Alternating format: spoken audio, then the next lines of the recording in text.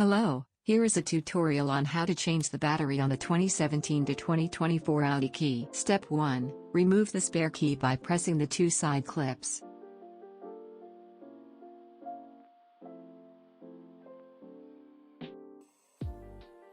Press on the two side clips firmly with one hand and hold the key fob with the other one. Proceed to wiggle and pull gently. Wiggle wiggle. Pull gently. Now remove the old battery. Note the positive plus sign on the battery holder.